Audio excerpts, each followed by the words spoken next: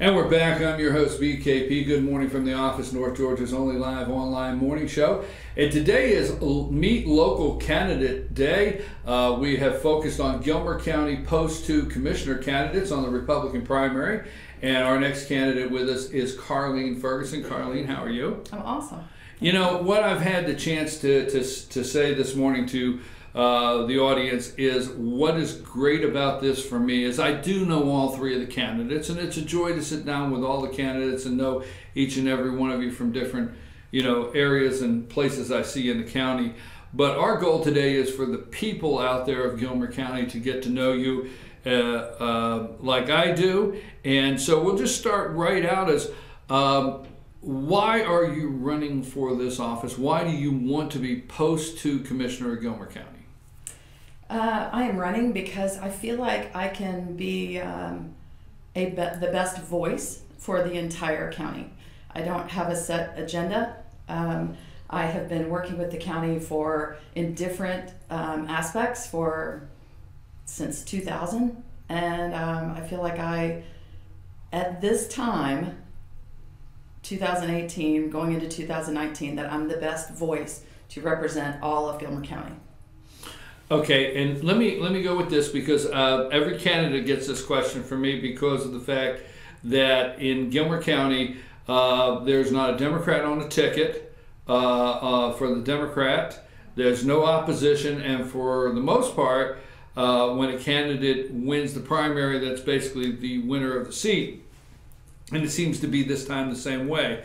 With a county that votes 70 plus Republican, I always ask the candidates, are you a Republican? How long have you been a Republican? What is it about, just being on the Republican ticket? So are you a Republican?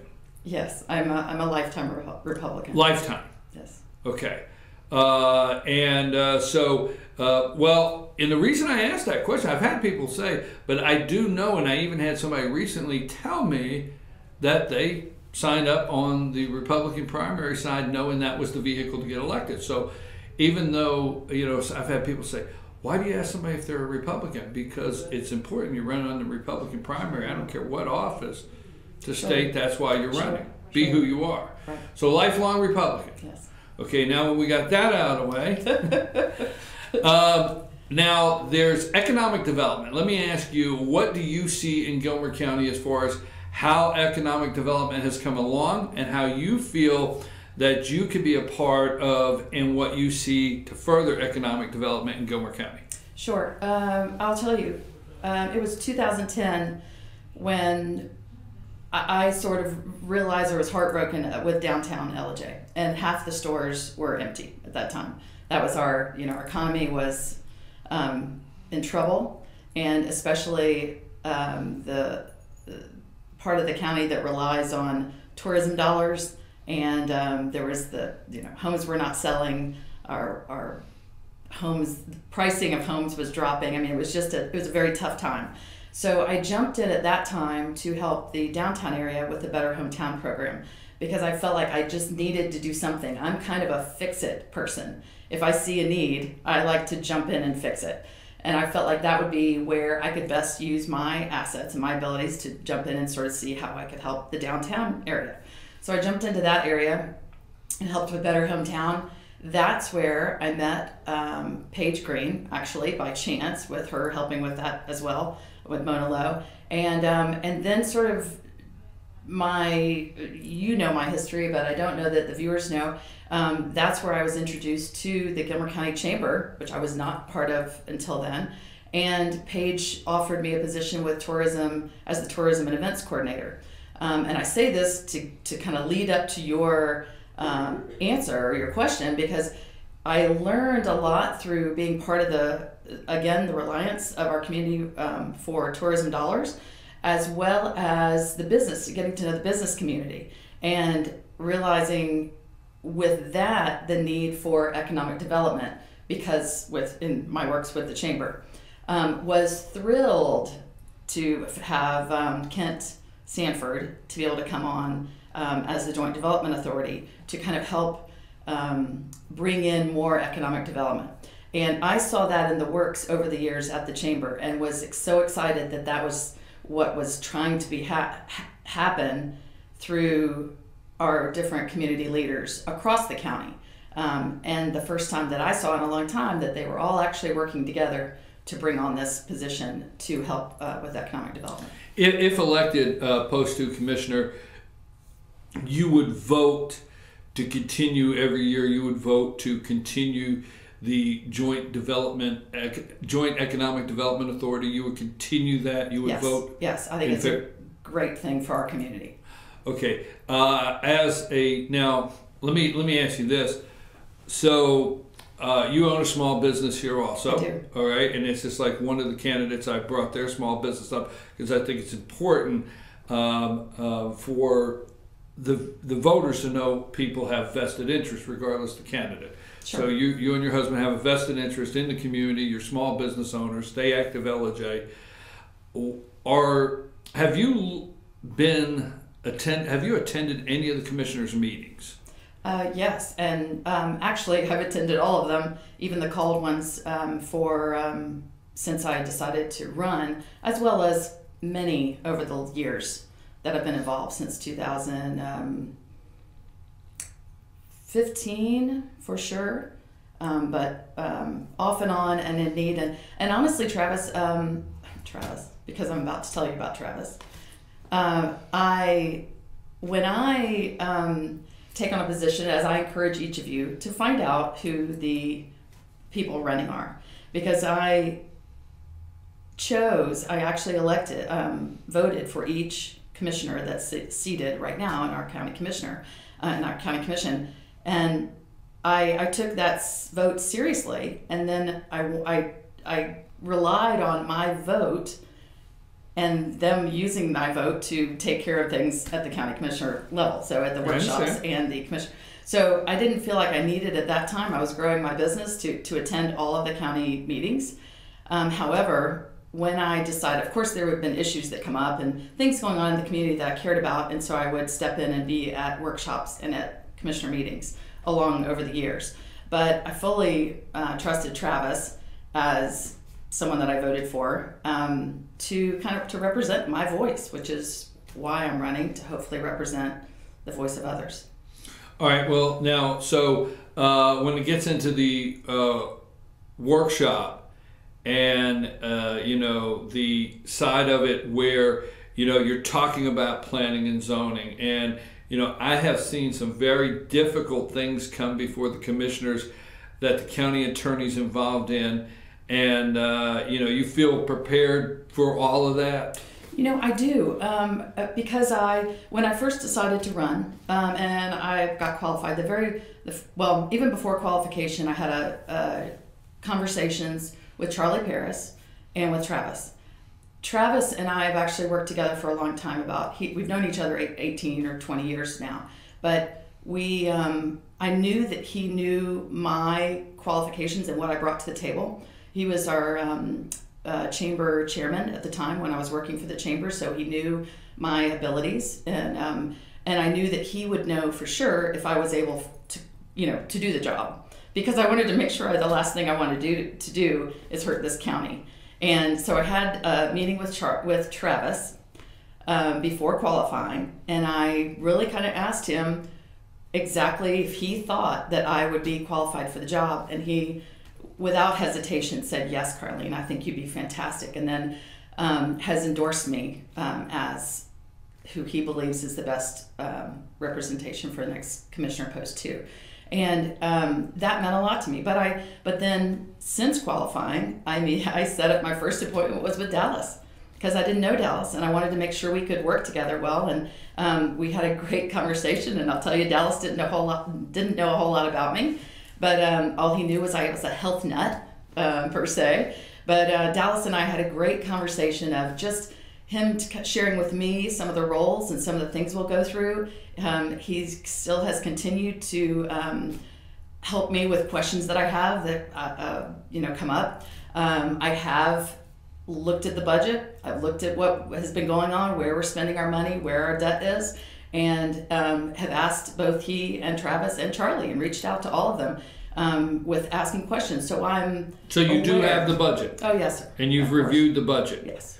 And you've looked at the different areas, because what I tend to see that catches some people off guard, not that they're not qualified, it's not my job today to decide anybody being qualified for the position. Sure. But what I do see is candidates that make a decision to run and then they don't review the budget. And there's and to some people out there, it's not a little thing when you're looking at animal control or the animal shelter.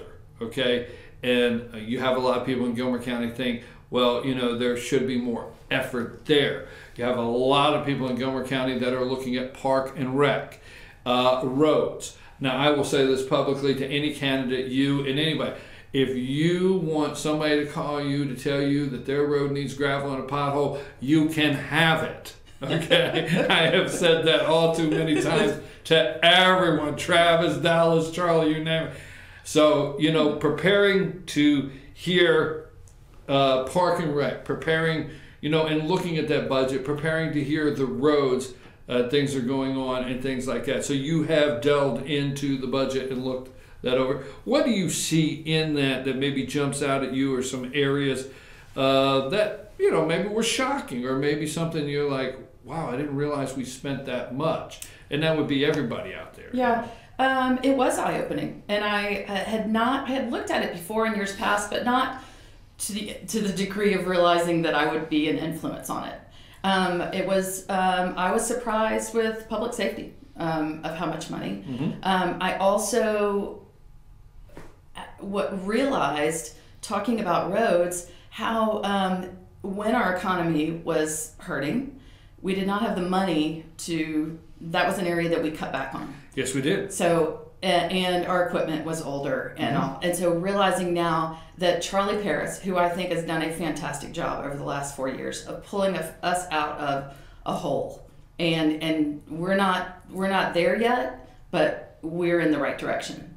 And when I realize now of him spending and watching him spend money on equipment that was needed, that was old, and we went from, I think the number of employees that were actually hired to do road work dropped in half. At one point when our economy was hurting so Right. badly. So we've increased the amount of workers. I do love the idea of using prison workers or those to help pick up trash. I do think that's a good, again, working together with community and county parts, team players to help make our roads better. But there were a lot of things that jumped out at me, and then but that I would say that kind of just learning and understanding, and it's no different really. It's a bigger scale than your household budget or my small business budget, but you just gotta weigh and balance and take every year is a little different as to what the needs are. We don't know what's going to come up. We've had things, weather issues and things like that come into play over the last couple of years, and things happen, but you just have to take them all as they come. Well, I know it's easy to sit here and discuss agritourism. It's easy to sit here and discuss, where we've come from in 2010 with economic development, with the chamber and our wineries. The list goes on, our apple orchards and so forth, and great festivals, and the reason people are coming here now. And that's when I like to dig down into the budget, because it is eye-opening to see $7 million, almost $7 million on just two line items in your county budget, $7 million. Our bond payment, okay, while we're out here enjoying and hiking, which I think you just hiked in a snowstorm, it looked like. We did, yesterday. But I enjoy that, but the other side of that coin is there's almost a $7 million bond payment that has to be made every year. This county's in an enormous amount of debt, and still, although the economy's doing well, right now, time to not continue to take it serious, to lighten up, to feel like we have money. You know what I mean? You know what I'm saying? I do. So it's important the next 4 years that you would serve that although you may see income tax or sales tax revenue coming in and things like that nature, could you still stay frugal and conservative with the budget and the spending to make sure that we don't go back or we stay in the right direction? Do you feel that's necessary? I feel like it's very important, yes. Okay, one important thing to myself, I'm a Gilmer County resident here, is the debt. The SPLOST is coming up, okay? There's two questions on that. One, would you campaign to try to get the SPLOST renewed? Yes. And two, the language in the last SPLOST dedicated the SPLOST first to be spent towards the debt, okay? Would you continue to would you still support that same language in the SPLOST? Yes. To go to the debt? Yes, it's already been on county commission, the workshops, and Charlie and Travis. Right, I know. It's already in discussion now, and yes, I would consider. And I know the county attorney is working the language out now. That's right. Which I can't wait to read, Mr. Paris. But anyhow, okay, we're closing in almost at the end of our time here, wrapping up, and I do want to leave you a couple minutes here. You've said it in general, but if you want to express to the voters the Karleen that they don't know, why you're running, how you plan to balance this in your business and time, and some of the major focuses you have if elected, what would you like to say to the voters this morning? Well, I would say, first of all, that I'll be honest, I did not plan on doing this probably a month ago. It was not in my forecast of things. I have been very involved, like I said, with the Chamber of Commerce and as an ambassador for the community with the Chamber of Commerce program for a long time, and involved in a lot of other activities. Had just recently rolled off a lot of those responsibilities. So it was really just kind of praying honestly about where I was going to serve in the next year, 2 years, now 4 years, and thought I would actually end up with Harrison Park. I was just sort of, I really care about Harrison Park and getting that going. But I went, after having the conversation with Travis and him really deciding he was not going to run, I was just not comfortable with without having someone else represent the other candidates that were running for post 2. I wasn't comfortable with them representing our entire county, our entire community, and I felt like I needed to step up. I've always been the kind of person that you can't complain unless you're willing to get in there and get your hands dirty and work, and that's what I chose to do. And again, after making sure that the other gentleman there thought that I could do the job, and once I got reassurance from them that I would be a good representative for our community, I decided to serve. And it's not something I certainly enjoy being in the woods a lot. I talked to Travis about the fact that he runs a retail store and has a lot of full-time business to make sure that he was able to balance family and his job and this position, and he said yes. And I am at a time where we laugh that our kids are all grown or out of the house, sort of. They kind of boomerang back, a few of them. So we're going through a little bit of that, but I don't have to be as hands-on as I have been in the past with smaller children. So I'm just at an age and time in my life that I have a little bit more time to serve. And after being here almost 20 years and the relationships that I've built, I tell you, Brian, I have so enjoyed not this political part of this race of running, but I've enjoyed getting to touch base with some of my friends that I've made over the years, and the positive feedback that they've given me, and the fact that they tell me thank you for being willing to serve and willing to stand up and help our community. I'm excited and honored to be able to do that, truly. And I feel I'm excited about the future of Gilmer County. I think we have a lot to look forward to. We have a lot of our, like I said before, our leaders are already kind of starting to work together across the county. And I think that's a great step in the right direction. And I'm just excited to continue to work with them and help and do my part. Well, before we close, You said earlier you met with Dallas, and I know you've had several fond things to say about Chairman Paris. So am I to assume that you feel good that you could work within this commission, the three with the other two? I do very much so. Okay.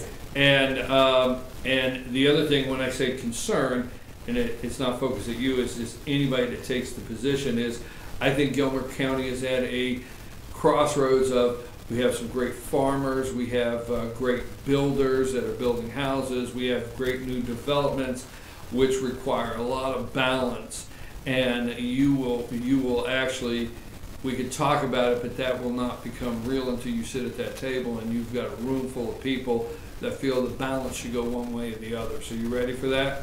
I'm ready for it. Chamber kind of thickened my skin a little bit. There wasn't a lot of thank yous in that position, but I'm ready for it. I'm ready for it. Well, Karleen, like we tell all candidates here at FetcherNews.com, we wish you well in your campaign, and we thank you for your willingness to want to serve Gilmer County and the citizens.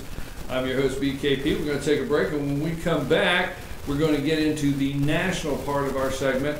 But right on the other side of this break, I want to make my comments now, my opinion comments, where Gilmer County is concerned. I've been holding my tongue for an hour and a half. When we come back, I'm going to take my opinion where Gilmer County is concerned. Karleen, thank you very much. Take us a break.